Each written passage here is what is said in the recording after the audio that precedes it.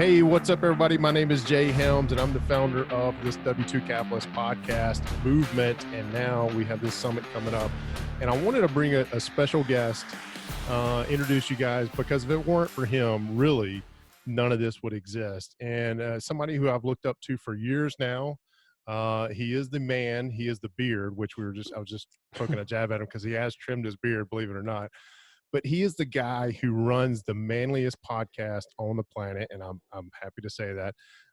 Order of Man, Brian Michler, welcome. Jay, what's up, brother? I'm looking forward to this conversation. I'm excited about what you're doing, and honored to be a small part of it. Yeah, and so when I say I have looked up to you for years, so I was introduced to you by a friend of mine, and he and I were talking. He's actually a partner in some of the real estate investing deals that I have. And we were just chatting one day. I said, look, man, I'm kind of getting this whole wealth building motion going in place. Where I really need to focus on is being a better husband and a better father. And he said, well, have you ever heard of the Order of Man podcast? I was like, nope. So instantly I started downloading episodes, I think, while we were sitting there chatting. And that's how I got connected to you. And then from there, I joined your Facebook group, your mastermind, which I'm jealous of your name, of your mastermind, the Iron Council. And then you started offering some classes and courses, on creating tribes and podcasts. And ultimately, if it weren't for you doing all those things, we wouldn't be here, right? The W2 Capitalists would not exist. And through that group I forget the actual tribe. I'm not in anymore. Third kid comes along. I changed jobs. Things kind of got ruffled around. Got a lot going on. Yeah, I'm looking forward to the day when things kind of quiet down. I can jump back into the Iron Council and get going. They won't quiet down. They never quiet down.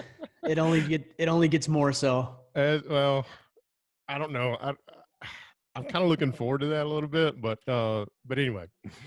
But if it weren't for all that, you and I wouldn't be having this conversation. And you introduced me. You had Tim Ballard, who is the founder of Operation Underground Railroad, on your podcast several years ago. Mm-hmm. And then we did as our group.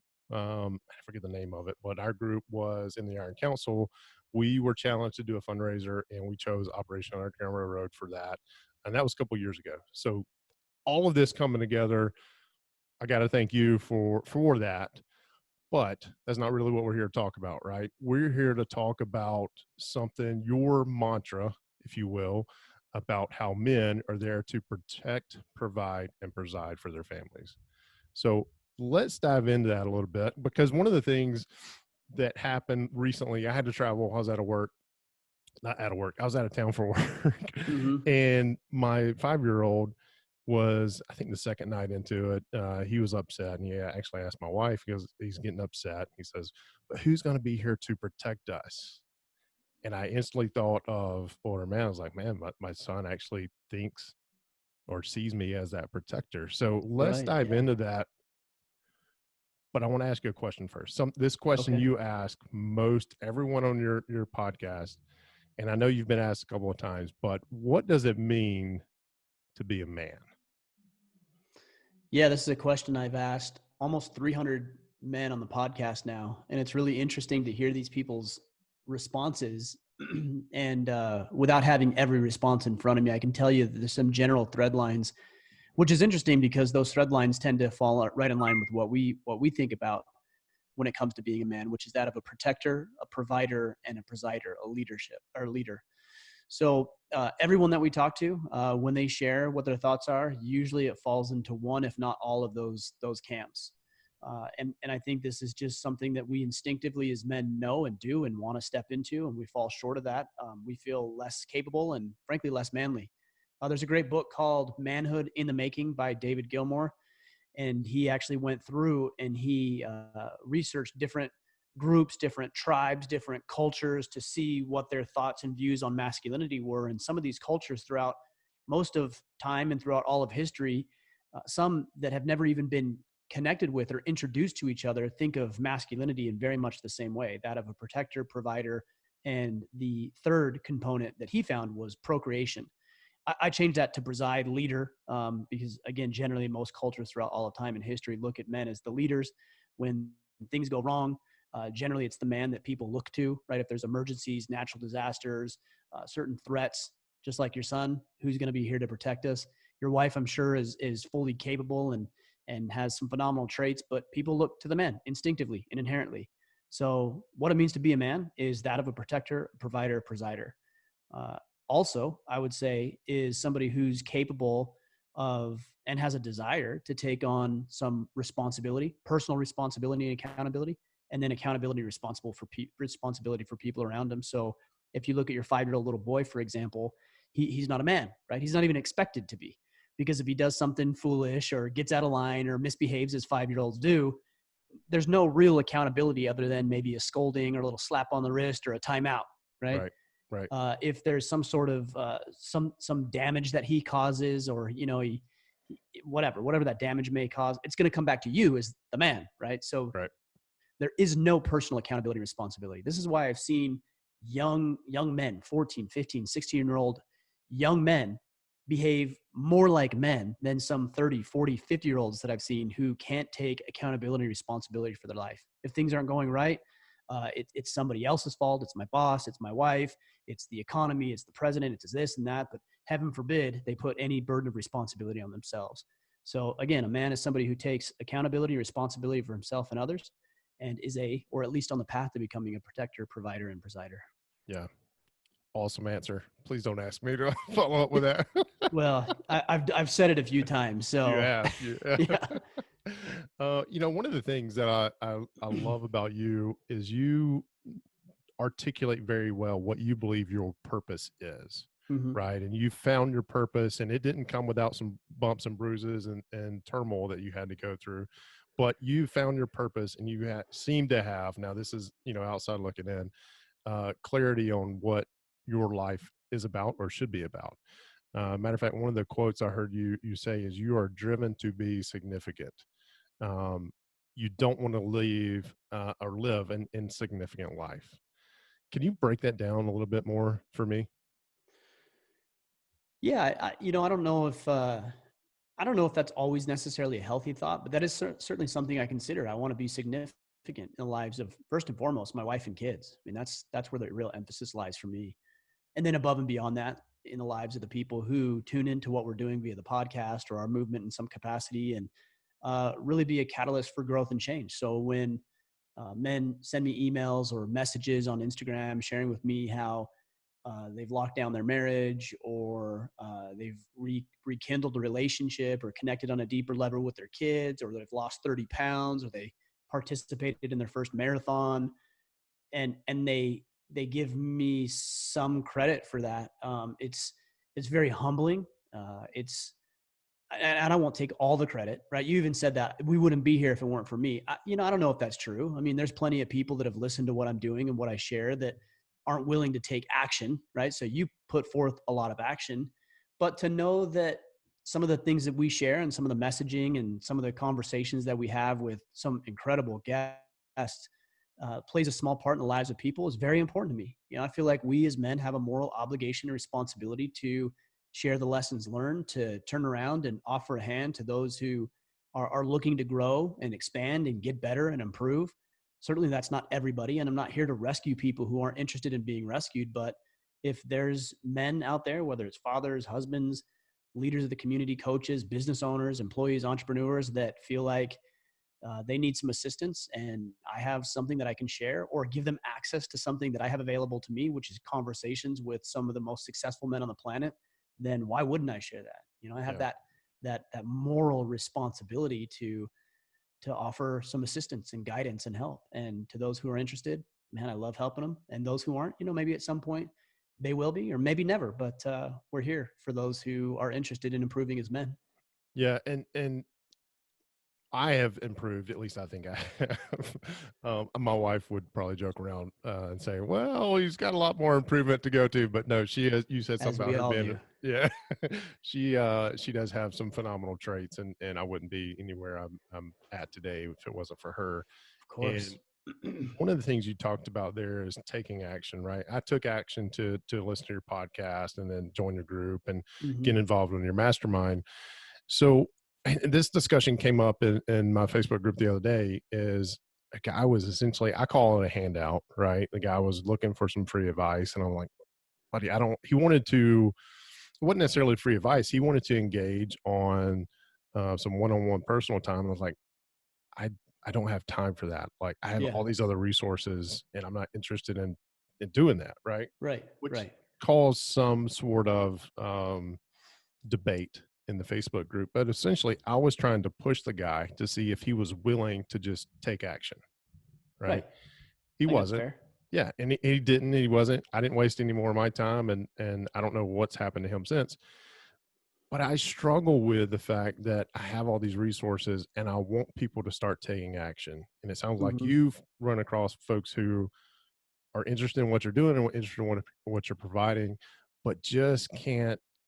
And I don't want to say go to the edge, but go to the edge and jump, right? To take that next step. Do you run it? I'm sure you run into it a lot, but how do you convince those guys who are just on the edge to take that next step? Because as in real estate investing, until you really get your first deal done, you're going to be, you're more than likely going to suffer from paralysis analysis. Sure. And you probably ran across this in your wealth financial advising business that you used to have, where people would get to this point where they need to invest in something and then they back away. Mm-hmm. What's your best advice for people who are who are right there on the edge? They know what they need to do. They just can't find one of the things I love that you say too is find the courage to take action, right? How do Yeah, they that's find what it that is. courage? Yeah. Well, you have it. It's inherent. You just have to foster it. You know, it's like sometimes you think your muscles are just buried under that extra layer of fat that you've accumulated over the past decade, right? They're there, right? Your abs are there. You just got to Are you uncover them. speaking specifically to me Not right now? specifically to you. I mean, I'm not going to name any names or anything here. No, it's me too, man. Like there's things that I'm afraid to take action on. I've got a big event that I'm planning that kind of scares me a little bit, but I'm willing to take that action because I know we all can exhibit courage. I mean, that's just a choice. It really is. It's just a choice. You decide whether you're going to exert some level of courage. And when you do, when you take that leap, you begin to develop some competence.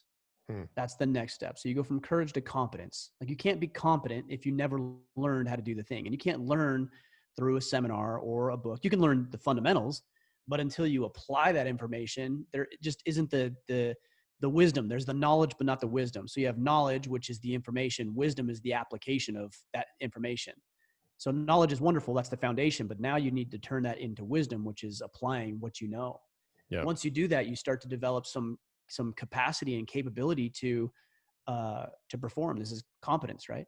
And then through that competence comes this next component, which is confidence. So a lot of guys ask me, hey, how can I be confident enough to take risk? Well, you can't. You can't be confident in taking that step because you've never taken that step before. Now, you can rely on past experiences where you've been afraid and you've overcome that. That might help you a little bit, develop some faith in yourself. You can rely on coaches and mentors, people that have gone through what you have gone through, that have come out the other side unscathed and managed to build themselves into something. And you can use that as an element of faith.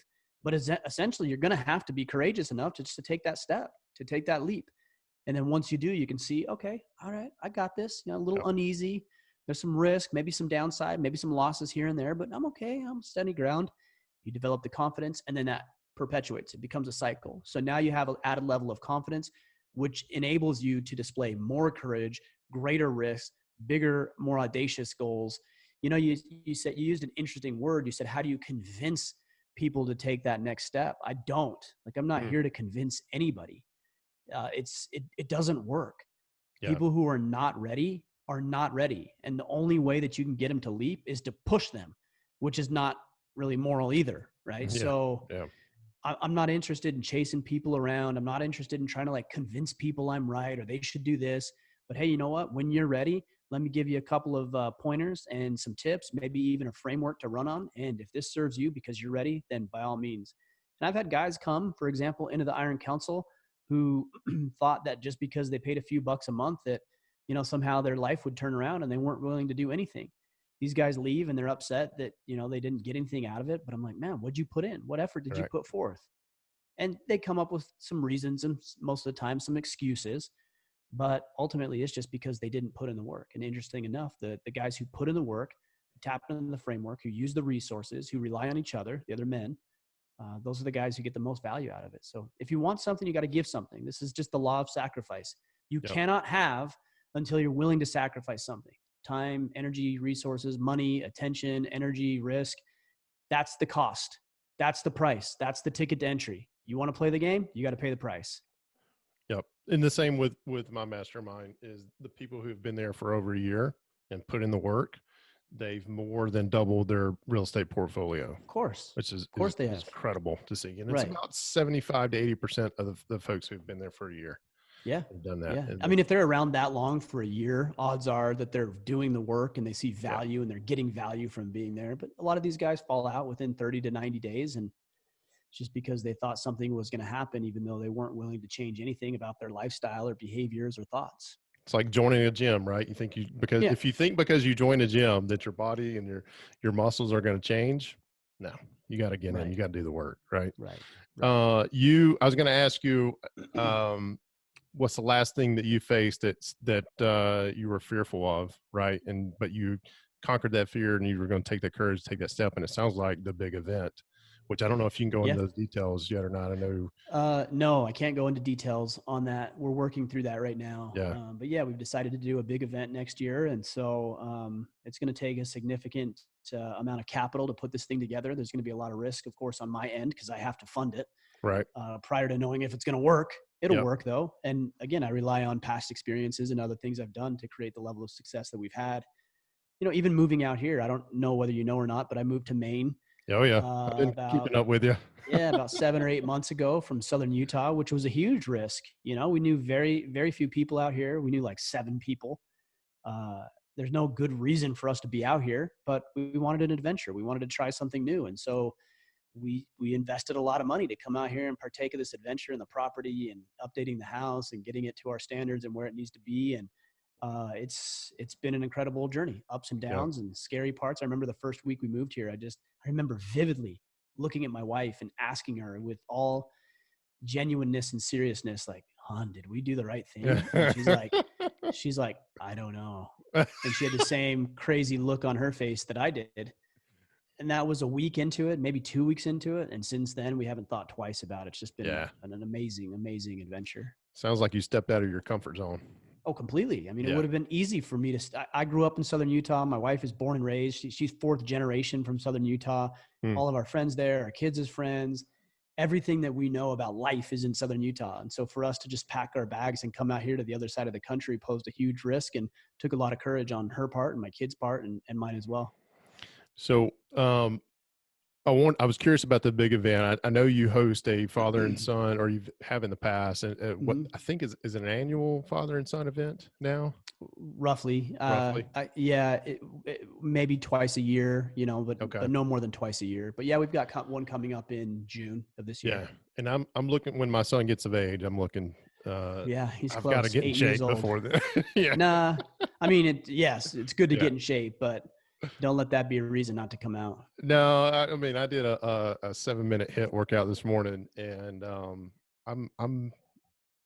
I need some help in that area. Well, it's amazing how good you can work your body out in a matter of 7 minutes. I started jujitsu not too long ago, and you know, we roll for anywhere from 6 to 10 minute rounds, and it's amazing at how after 10 minutes of somebody trying to, you know, roll you, hurt you, stretch you, kill you, like how quickly you can get tired in 10 minutes. It shouldn't be that way, but it is. It's a testament to I'm scared how to out of shape round would look like. Say that again. I'm scared to what a 2-minute round may look like. Well, you just build up to it, right? 2 minutes might be exhausting at first, and then 3 minutes and 4 minutes and 10 minutes, and then you get better at it. You get more capable of it. We're running up on time. I want to make sure we cover, you know, what the Order of Man is about. And one of the quotes, we were talking about how you were on the London Reel. I think it was back in December when that released. But one of the quotes on there was, "We have gone away from being strong, rugged, independent, and tough to a collection of wimpy, dependent whiners." Not just men, but I you know, there's a lot of focus on the millennial generation and the workforce and that stuff. But I think you're right along that side. And I am too, right? I am still every day. I kind of look at things and I hear stuff on your podcast and I see stuff in your Facebook group thinking, how do I relate to this to my world? Hmm. And am I just as bad? Right. Yeah. And most of the time it is yes. Right. And then I'll have to get up and I'll just face what I've learned is if I dread, if I'm dreading to do something, that's the next thing I should go do. It is Yeah, it's a good indicator for the sure. results that you're picking up on that trigger for me. But what is that quote? What do you actually mean by that? And how can we get back to being strong, rugged, independent, and tough? Yeah, I think at the core of the problem is we are constantly looking for other people to solve our problems.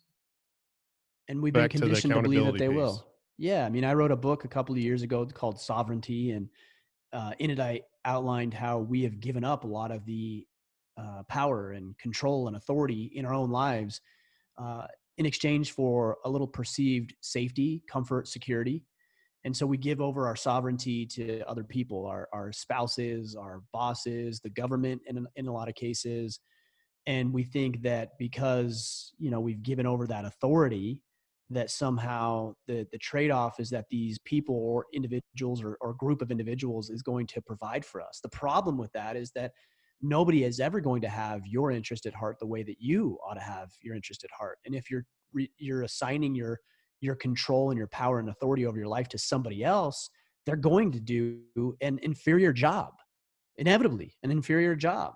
And Yep. so, but it's convenient, right? It's easy. It's easier to say, hey, you provide. This is why minimum wage is a big deal. This is why welfare programs continue to expand, is because it's easier for somebody to provide the solutions than me to actually have to, go out and work Right. and carve my own path. But it's infinitely more rewarding. It's infinitely more fulfilling, and you make yourself capable in all ways. The thing I see and what I liken it to is a bird, for example, who's out in the wild and injures his wing, and the rescue organization takes that bird and brings it in and then nurses it back to health. The whole idea is that, hey, we're just going to get you good enough where you can go back out into the wild and live your life. But if you hold on to that injured animal too long, it becomes accustomed to this life of ease and comfort, and then it's reintroduced into the wild and it gets destroyed. It's the same way here. And I think there's a greater play here that we can maybe talk about another time. But yeah, people are wrestling for your sovereignty, for your control, so they can manipulate you, so they can control you. And it's your responsibility to maintain that the power that you have, and be the solution to your own problems. And that's what I was referring to when I talked about that quote. Yeah. And I highly recommend the book Sovereignty. It's on my bookshelf, which I normally point to. It's behind me, but now that I have this Yeah, banner up behind for the the wall summit, now. yeah. Yeah. Well, I uh, appreciate that, man. I do. yeah, it's a great book. It's one of those things that I need to read every year, just as a reminder. Right? Is Yeah, this? well, me too, man. We all fall into our old ways of thinking and doing things, and Yep. the status quo. So you got to fight Yep. against it. Absolutely. All right, Ryan, I know we're coming up on time and you got a hard stop, but your book, podcast, Iron Council, your blog, everything, even the beard, can be seen and found out more on orderman.com. Yeah, Also follow you is it at Ryan Michler on all yeah. social Facebook, Twitter, Instagram, all at Ryan Michler. That's right. Awesome. Thank you very much. And again, a sincere thank you for what you do, how you do it, because and I know I almost said this. I was thinking about this on my way home to record this. Is that I know he's so freaking humble. He's not going to take credit for this, and he's going to throw it back in my face about taking action. But really, if you had not done what you've been doing over the last couple of years, none of this, the background, none of that, the W2 capitalist, the summit that we're putting on, introduction to Operation Underground Railroad. I don't know why that's a tongue twister for me, but it is. All of that is because of what you do. So sincere, thank you. I appreciate it Thank very you, man. much. I'm humbled to know that and glad to be a small part of it. I appreciate what you're doing, and I'm certainly inspired by you as well. Thank you. That means more than you'll ever know. Awesome. I Absolutely. mean it. Have a good one, Ryan. I'll talk to you You too, soon. brother. Thank you. Hey, 4 things before you get out of here today. Number 1, thank you for watching. Sincerely appreciate that. It helps with our ratings with YouTube and all that. And along those lines, speaking of helping with ratings, if you could just hit that like button for me, the little thumbs up, and also subscribe if you're not already a subscriber. If you are a subscriber, thank you very much. I appreciate that. We are trying to grow the presence here on YouTube, and this is you liking, subscribing, and commenting helps with that whole algorithm piece. So let us know. It also helps me know what kind of content you're interested in. And in the comments section, if you just list that one gold nugget that you took away from today's episode, that would really help me out and engage, right? I'll get an alert when you say something about the episode today, when you make it in the comment, and I will respond to you right away. And it'll be me. It won't be anybody else, I promise. And also, I can't let you get out of here today. This is point number 3, I think. I can't let you get out here today, but highlighting this affiliate for us, Deal Check, incredible piece of software. Whether you're doing burrs, you're doing fix and flips, you're doing buy and holds, and buy and holds is single family and multifamily. I used it last week to underwrite an 8-unit deal, and I'm going to be using it for any of our properties up to a certain number. Probably after the 50 range, I get my real heavy duty calculator out that I'll use that, but I'm also going to then take that and put it in the Deal Check, because the graphs that and just the amount of data they put into the reports that you can provide banks. Hell, I even sent one to a seller. I was like, here's the number. I know you're probably not going to be happy about it, but here's why I sent it to you, because I'm trying to hit these numbers, and we're currently negotiating on that deal. So we'll see what happens. But we have an affiliate code in the description below. Make sure you use that. If you don't, just go to dealcheck.io from any browser, and you can be able to sign up there. Signing up is free, right? So you can use it. You only start paying for it once you need to start unlocking pieces of software. For what I do with it, I'm a buy and hold guy, so from what I need, it's $5 a month when I use the promo code W2CAP. So make sure, whether you use our affiliate link or not, that you use that promo code, because it's going to give you 25% off either the monthly subscription you sign up for, or the annual. They've got 2 different options. The annual gives you a little bit better discount anyway. The 4th thing is Operation Underground Railroad. If you've listened to anything that I've been doing for the last year, you know that I highly support this organization. Again, the promo code W2CAP, you can text that to 41404, and you're going to get an immediate response link back to our fundraiser page, so you can see what we're doing for them.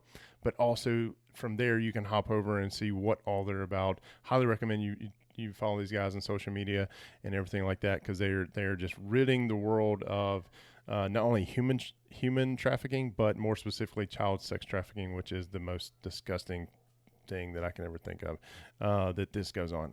My heart goes out to those kids, and that's why I support them, right? Having 3 of my own, I just can't imagine them being in that environment. I'll give you a bonus. Okay, that was the 4 things, right? So like, follow, subscribe is number 1. 2, Deal Check was number 2, I think. I'm losing count here. OUR was number 3. The 5th, whatever the next number is, the 4th or 5th thing, is my hat has been crooked this entire time, and I'm not going to do anything about it. It's fine. It's okay. All right. On a serious note, let's get to work.